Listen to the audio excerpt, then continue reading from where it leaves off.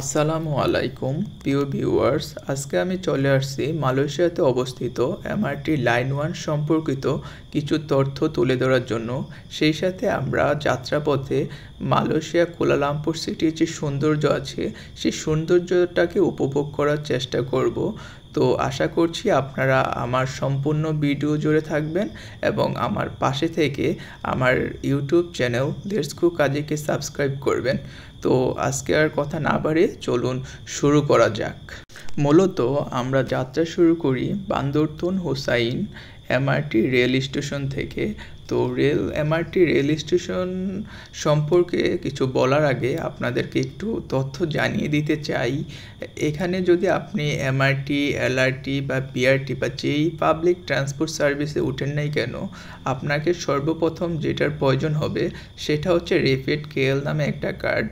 তো যারা মালয়েশিয়াতে আছেন তারা এটার সাথে সুপরিচিত, বাট যারা একদমই নতুন আসবেন বা মালয়েশিয়ার কুয়ালালামপুর সিটিটাকে এক্সপ্লোর করতে চান তাদের জেনে রাখা ভালো যে আপনারা আপনাদের কাছাকাছি বা নিকটবর্তী যে কোনো এমআরটি, এলআরটি বা বিআরটি স্টেশনে গেলেই আপনি এই রেপিড কেএল সার্ভিসের কার্ডটি পেয়ে যাবেন।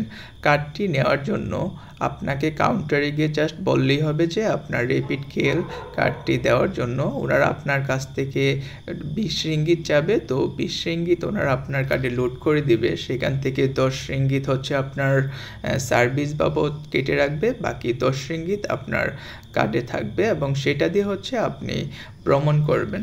এবং ভ্রমণ শেষে আপনি চাইলে নিকটবর্তী কোনো দোকান থেকে বা এমআরটি স্টেশনে অনেক জায়গায় 7-Eleven নামে যেই সুপার শপ আছে সেখান থেকেও আপনি চাইলে আপনার কার্ডটা রিচার্জ করে নিতে পারেন।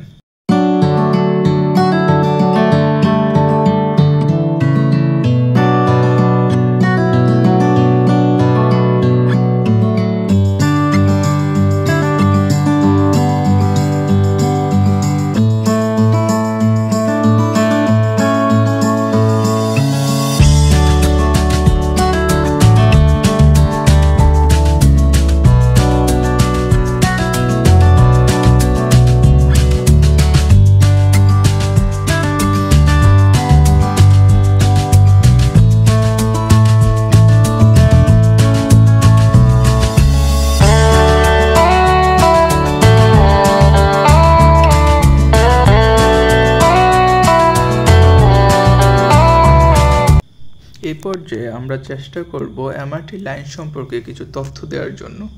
এমআরটি কাজাং লাইন পূর্ব এমআরটি সুঙ্গাবুলো কাজাং 9 নামে পরিচিত ছিল। এটি একটি mass rapid transit MRT line যা মালয়েশিয়ায় ক্লাউং উপত্যকায় পরিষেবা দেয়। এলআরটি কেলানা জয়া লাইনের পর এটি ক্লাং উপত্যকা অঞ্চলের দ্বিতীয় সম্পূর্ণ স্বয়ংক্রিয় এবং চালকবিহীন রেল ব্যবস্থাপনা। এমআরটি কর্পোরেশনের মালিকানাধীন এবং রেপিড রেলের রেপিড কেএল সিস্টেমের অংশ হিসেবে পরিচালিত এটি ক্লাং ভ্যালি ইন্টিগ্রেটেড ট্রানজিট সিস্টেমের অংশ। লাইনটি নম্বরযুক্ত, একই সাথে অফিসিয়াল ট্রানজিট মানচিত্রে সবুজ রং প্রদর্শন করে। অর্থাৎ আপনি যদি গুগল ম্যাপে কোথাও যাওয়ার জন্য সার্চ করেন এবং সেখানে যদি এমআরটি, এলআরটি যে লাইনগুলো আছে সেই লাইনগুলো যদি আপনি একটু লক্ষ্য করেন তাহলে গুগল ম্যাপে খুব সহজেই দেখতে পাবেন যে এই এমআরটি লাইনটিকে সবুজ রং দিয়ে চিহ্নিত করা হয়েছে এবং এলআরটিকে আপনার লাল রং দ্বারা হচ্ছে চিহ্নিত করা হয়েছে।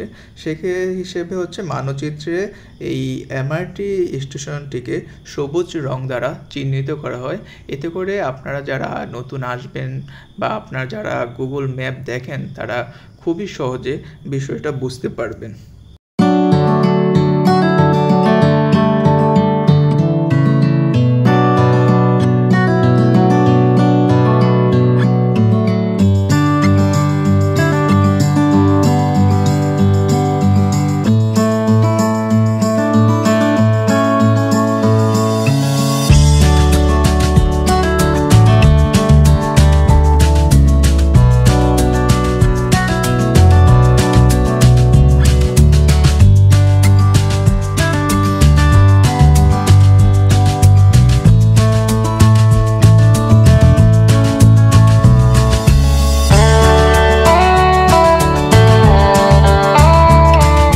মালয়েশিয়ার এমআরটি লাইন বলতে গেলে এই সম্পূর্ণ এমআরটি লাইনটির দৈর্ঘ্য হচ্ছে 47 কিলোমিটার, যা কিনা দুইটি অংশ বিভক্ত। প্রথমটি হচ্ছে এলিভেটেড অংশ এবং দ্বিতীয়টি হচ্ছে আন্ডারগ্রাউন্ড। 37.5 কিলোমিটার এলিভেটেড অংশে অবস্থিত, বাকি 9.5 কিলোমিটার আন্ডারগ্রাউন্ডে অর্থাৎ ভূগর্ভস্থ লাইনের মাধ্যমে সংযুক্ত করা হয়েছে।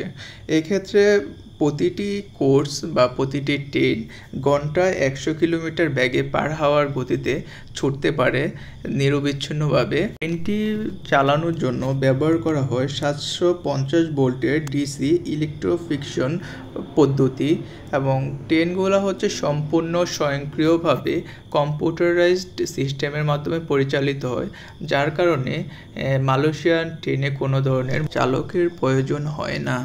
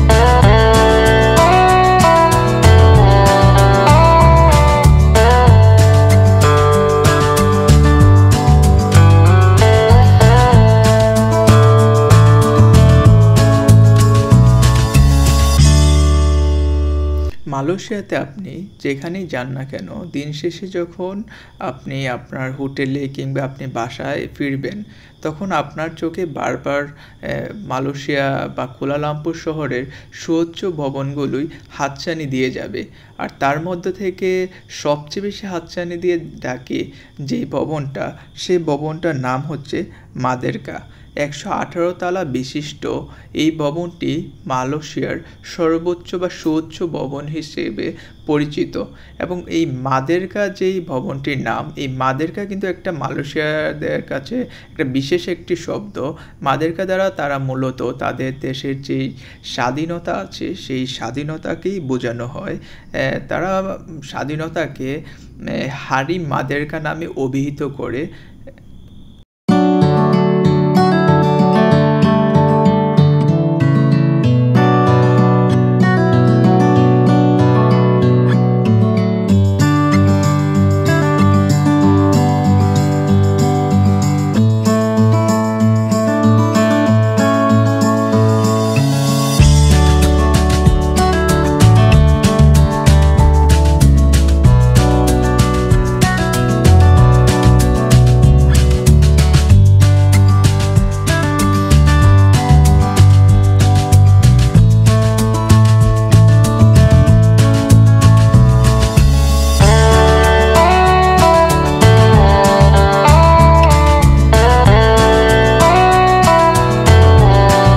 মাদেরকা ভবনটির উচ্চতা 644 মিটার অর্থাৎ 2113 ফুট আকাশচুম্বী ভবনটি।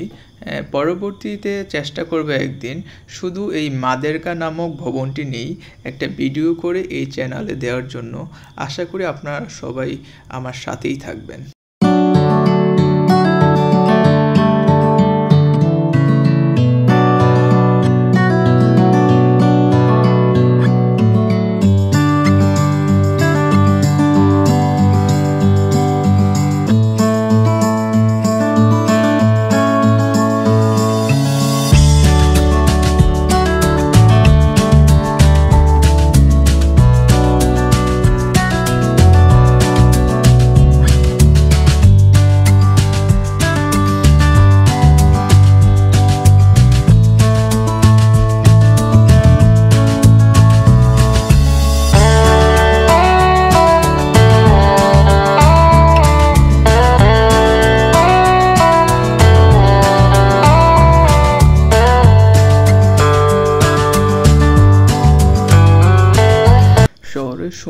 উপভোগ করতে করতে আমরা এই পর্যায়ে একদম টানেলের খুবই কাছাকাছি চলে আসছি।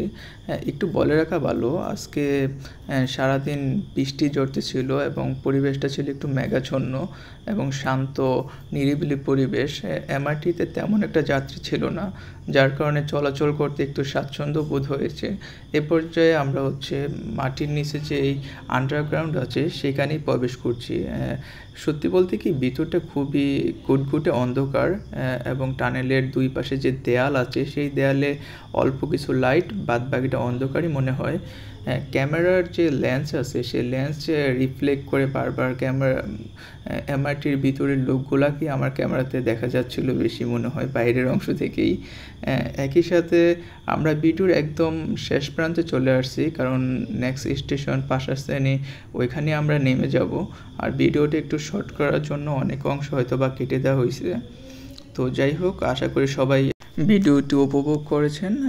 সবাই সাথে থাকবেন, চ্যানেলকে সাবস্ক্রাইব করে আমাদেরকে সঙ্গ দিবেন। আমরা চেষ্টা করব আপনাদের জন্য আরও বেশি তথ্যমূলক ট্রাভেল ব্লগ নিয়ে আসার জন্য। সেই পর্যন্ত সবাই ভালো থাকবেন, সুস্থ থাকবেন। আজকের মতো শেষ করছি। আল্লাহ হাফেজ।